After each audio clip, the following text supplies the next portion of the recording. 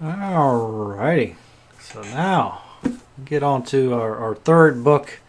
We've done in quick succession for our rainy day book as a review or report. I always get it wrong.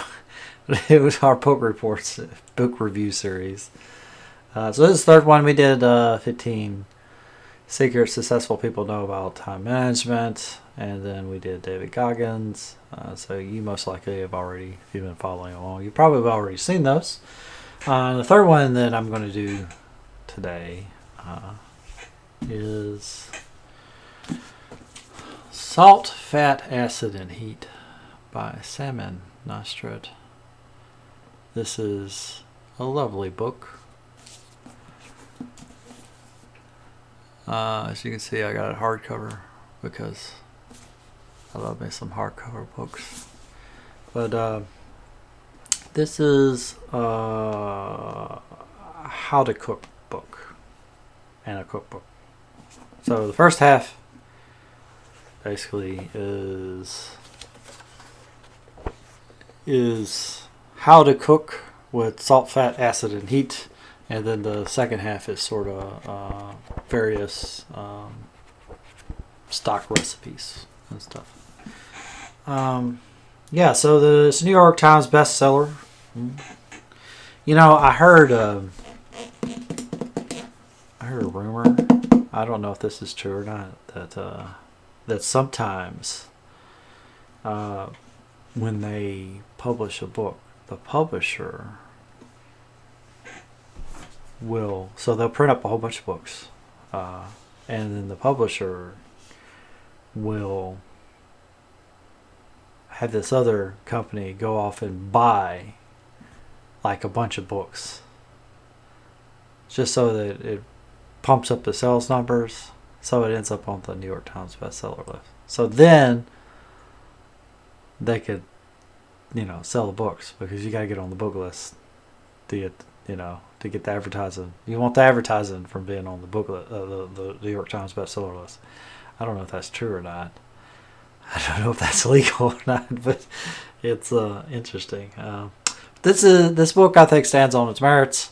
It is like I said, it's all about cooking. The subtitle is Mastering the Elements of Good Cooking. It's won a couple of awards that pretty sure nobody knows what they mean. It's art by Wendy McNaughton, and this art is so cute. Yes, it is so cute, and the book is just littered with this really beautiful art. It's like this kind of watercolor art. It's like kitsy art, and there are like some big spreads too. Let me see if I can find one of those big spreads. Oh yeah. So here we go. What should I cook? And then have this big thing here that folds out. But then you have like this thing called the World of Flavor. It's just everything. This is just such a well polished book. I really like it. Let me just more pictures. I don't know if you've seen that one before, but it's just a really good book. And as you could tell, the chapters in the book from the title. It talks about how to use salt, how to use fat, how to use acid, and how to use heat. And so heat would be like spices, spicy spices. It really opened my eyes. I would say I love my favorite cook or educator or TV cook is, of course, Alton Brown. Everybody loves Alton Brown. But I always loved him because he explained how things work. He really go into the science, a lot of times, or at least some kind of popular science type of explanation that maybe not technically correct, but is, mechanistically close enough. And I love that because I'm a science nerd. This book doesn't really, it's not like an Alton Brown, like, sciencey book, but it does go through and, like, explain things from, like, a practical kind of a way. I will say that one of the things that kind of rubbed me a little wrong when I was reading it was because you would constantly get references to, like, famous chefs and blah blah blah blah, and if you're going to do a Persian dish, then you got to do it the way the Persians do. And I get that some cooks are that way. They really get into the cultural aspect of cooking.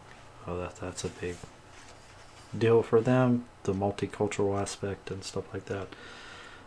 But to me, it kind of rubs me every time I see that kind of sentiment. It always starts rubbing me the way that snobbery comes across as snobbery to me. So like, I went to Milan and then I cooked the right way to braise a mutton, like, it's cooking. So I went in the book, I already knew how to cook, ostensibly. I've been cooking regularly for my entire adult life.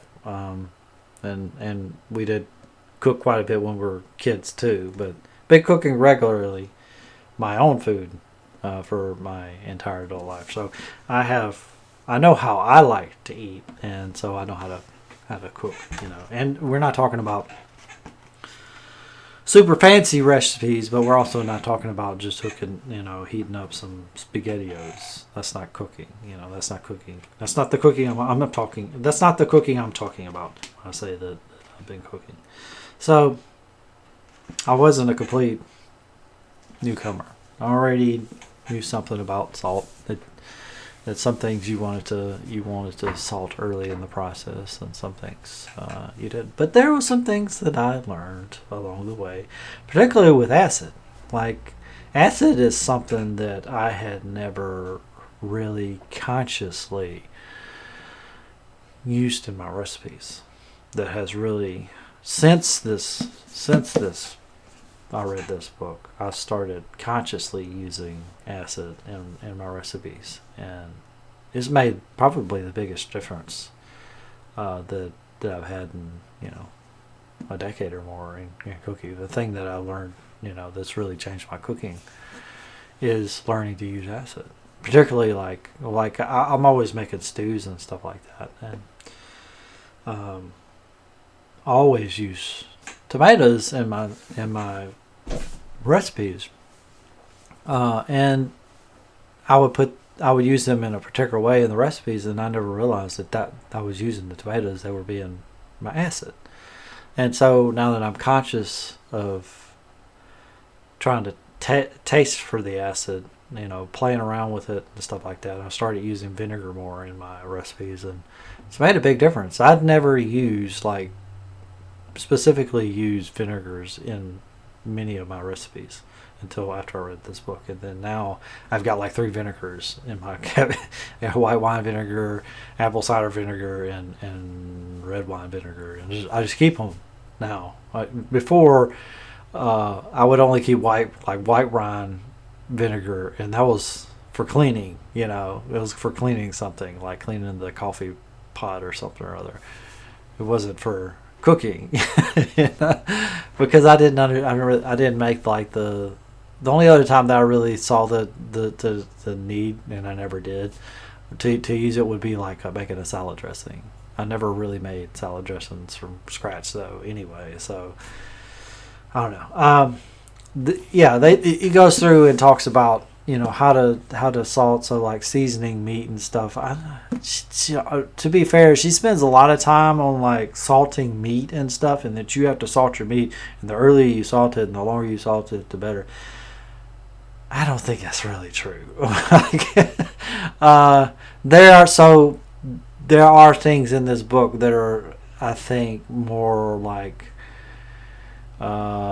superstitions, like cooking superstitions, more than anything. Like I've never really experienced the big difference between salting meat really early, or as early as possible, or just salting like right as you go. I've never really noticed a difference. Or maybe there is a difference, but I've never noticed. Not like consciously using acid, using like vinegar and stuff like that. Those to make a big difference. But I've never experienced a big difference in using salt at different times and stuff. But that is, some of the stuff in here is kind of like old wives' tales, of cooking. More the like you have to put your pasta water has to be like as salty as the sea. She goes on and on and on about this. The pasta water has to be as salty as the sea, and I'm like, I've never really noticed the big difference between pasta that was cooked and salted versus unsalted, because maybe if you're eating like the pasta like really really bare with like minimal other ingredients, but me, there's always a lot of sauce with the noodles, and the sauce is salty anyway, so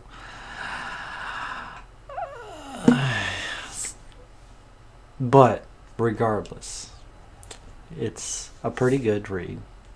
I would say when you do run into these sections where she keeps going on and on and on about like salting the pasta water, it gets a little monotonous, and so you're like, yeah, we get it. keep moving. So there are some places where you kind of trudge through, or at least I kind of trudge through, but overall it's a really really good book.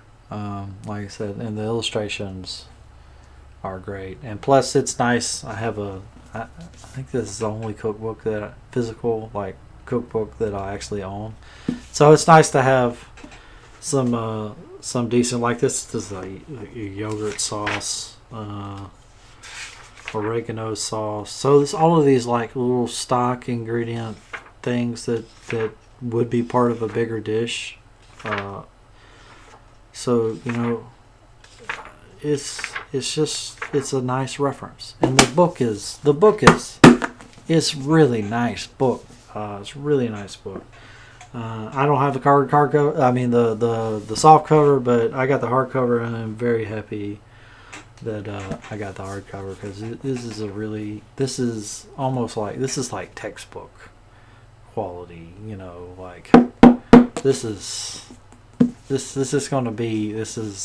I'm gonna have this one a while. And Caesar dressing, white wine vinaigrette, blue cheese dressing. Like it's. You don't have to go look up on the internet. You got a book. So, like if the internet goes out and the world comes to an end, you can still make Caesar dressing because you got the recipe. That's your problem. Like you can't ask Alexa, what's the recipe for Caesar dressing? But it's a good book. I like it. I like I said, I learned something that would just like open my world up. Let me. Is there any excerpts I can read? Nope.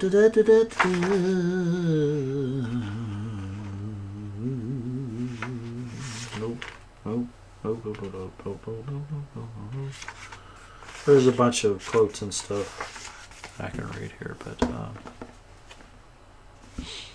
It says, learn to cook delicious meals with any ingredient, anywhere, at any time, without a recipe.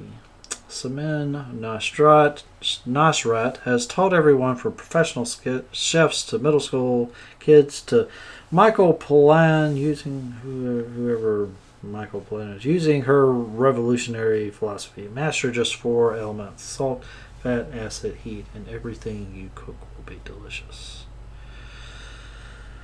Yeah, Simon and Schuster book. Yep. It's Bon Appetit says just reading salt, acid, and heat will make you a better cook. I would have to agree. I think any cook, like I said, I've been cooking for decades, and I learned quite a few things. So, yeah, would highly recommend this book if you're looking to learn more about cooking and learn it like properly without having to go to culinary school. I think this is nice.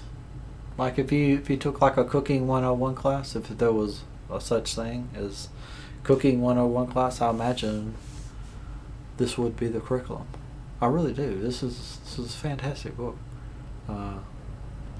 Yeah. Salt, Fat, Acid, Heat by Samin Nosrat. Would recommend. And with that, I think that concludes our review. We got 3 of them recorded today, so we got a little stockpile of videos. Yeah. All right, guys. Thanks for sticking around, and I'll catch you guys next time. Bye bye.